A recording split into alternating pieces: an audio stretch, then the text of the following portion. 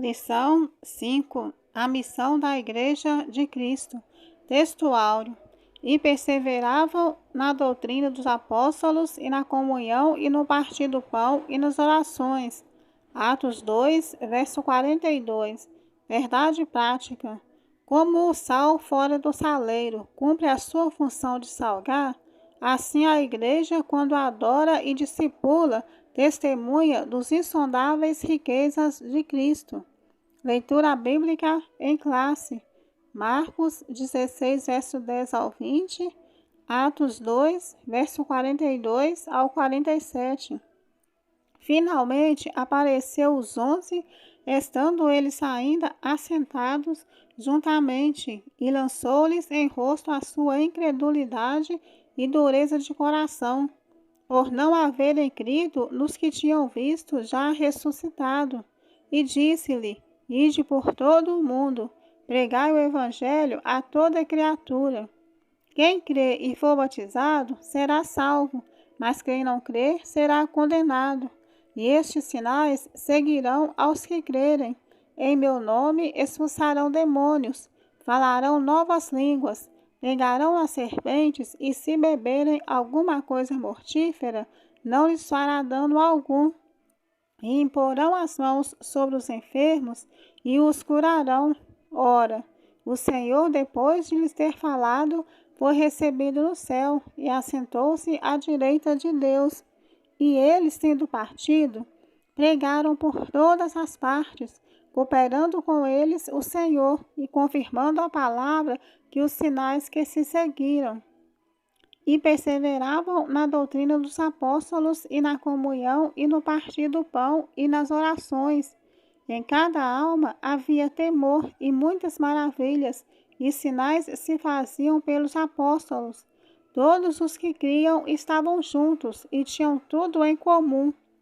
Vendiam suas propriedades e fazendas e repartiam com todos, segundo cada um tinha necessidade. E perseverando unânimes todos os dias no templo e partindo o pão em casa, comiam juntos com alegria e singeleza de coração, louvando a Deus e caindo na graça de todo o povo. E todos os dias acrescentava o Senhor à igreja aqueles que se haviam de salvar. Introdução. Nessa lição, vamos estudar a missão da Igreja de Cristo. Veremos que a igreja é chamada para proclamar a poderosa mensagem da cruz. Assim, ela cumpre a sua vocação de eleita, quando participa da grande comissão deixada pelo seu fundador, Jesus Cristo. Como consequência dessa realidade, veremos que a igreja é uma comunhão adoradora de comunhão e, finalmente, é uma comunidade que exerce um grande papel no presente século. Portanto, a Igreja de Cristo exerce uma grande missão neste mundo. Primeiro ponto: pregação e instrução. Proclamando as boas novas. A Igreja foi fundada por Cristo como uma instituição para abençoar o mundo. Essa missão é exercida por meio da pregação do Evangelho. Aprove a Deus salvar os crentes pela pregação.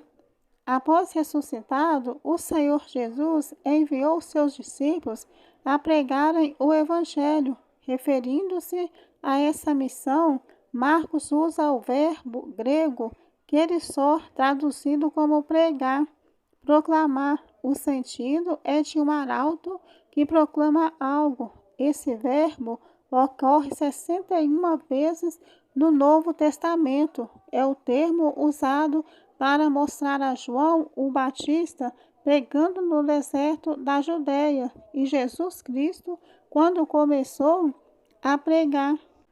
O objeto da pregação. Outro termo usado com muita frequência no Novo Testamento para se referir à grande comissão da igreja. Esse verbo ocorre 54 vezes no Novo Testamento. É o sentido de trazer as boas novas, pregar as boas novas. Nesse aspecto, o objetivo das boas novas não se refere a alguma coisa, mas a alguém, a uma pessoa. Nesse sentido, os cristãos primitivos não cessavam de ensinar e de anunciar a Jesus Cristo. Pregar a Jesus Cristo não é pregar uma coisa ou uma mensagem subjetiva, mas proclamar ao mundo caído que ele está vivo e pronto para salvar. Pregar a mensagem da cruz é anunciar o evangelho do reino de Deus revelado em Cristo, discipulando os convertidos. Pregar e proclamar é levar a palavra de Deus aos que estão do lado de fora da igreja, enquanto que discipular é instruir os que estão do lado de dentro.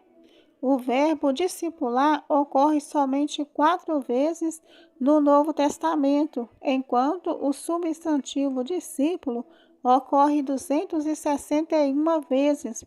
O sentido é o de alguém instruído ou treinado em alguma coisa. É o termo usado em Mateus 28:19 para designar a grande comissão. Ide, ensinai todas as nações. Na verdade, Jesus estava dizendo: ide e discipulai. A igreja não é formada apenas por crentes. A igreja é formada por discípulos. Alguém pode estar na igreja local sem, contudo, ser um discípulo. Este é alguém que é capaz de reproduzir e passar para outro o que aprendeu e vive por meio de Cristo. Segundo ponto, adoração e edificação. Uma comunidade adoradora. No contexto bíblico, a adoração significa dar a glória que é devida somente a Deus. É tirar a atenção de nós mesmos para entrarmos unicamente no Senhor. A adoração tem a ver com o nosso serviço a Deus.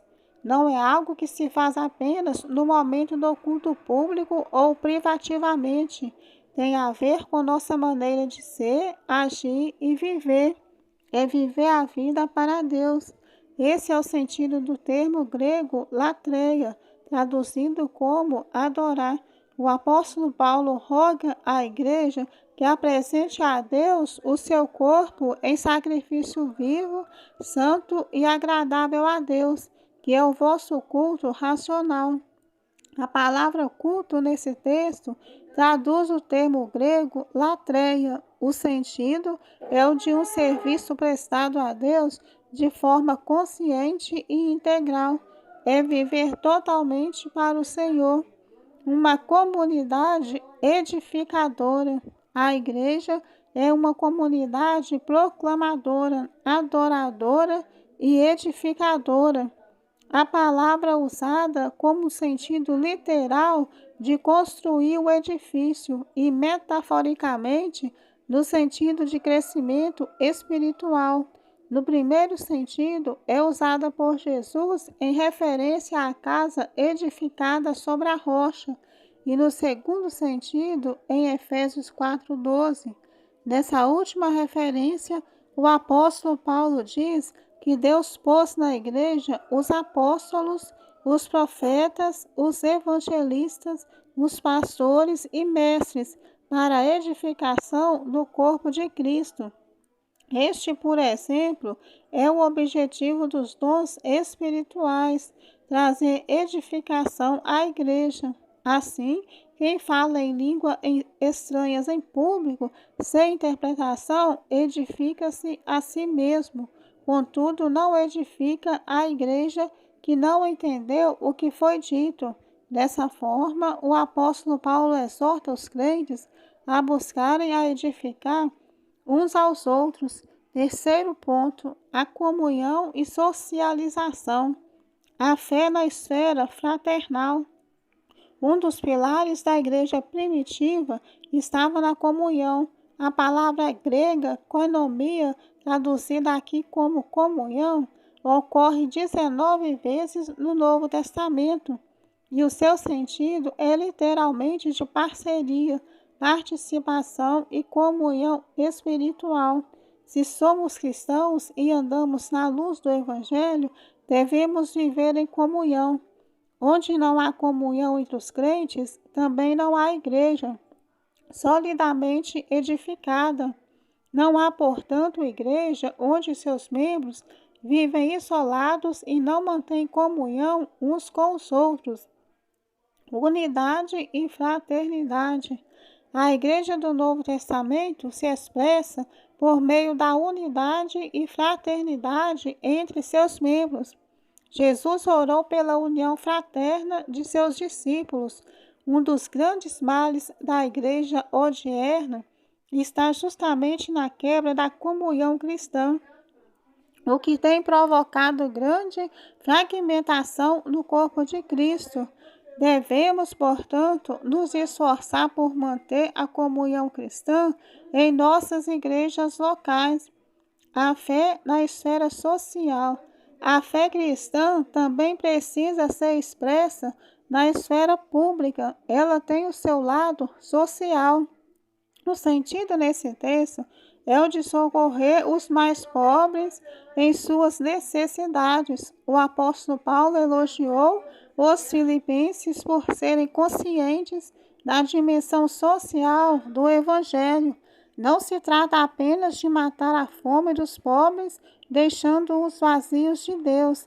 É o exercício da fé cristã na sua integralidade. A igreja, portanto, não pode exercer sua fé de maneira bíblica, esquecendo dos mais carentes ou mais pobres.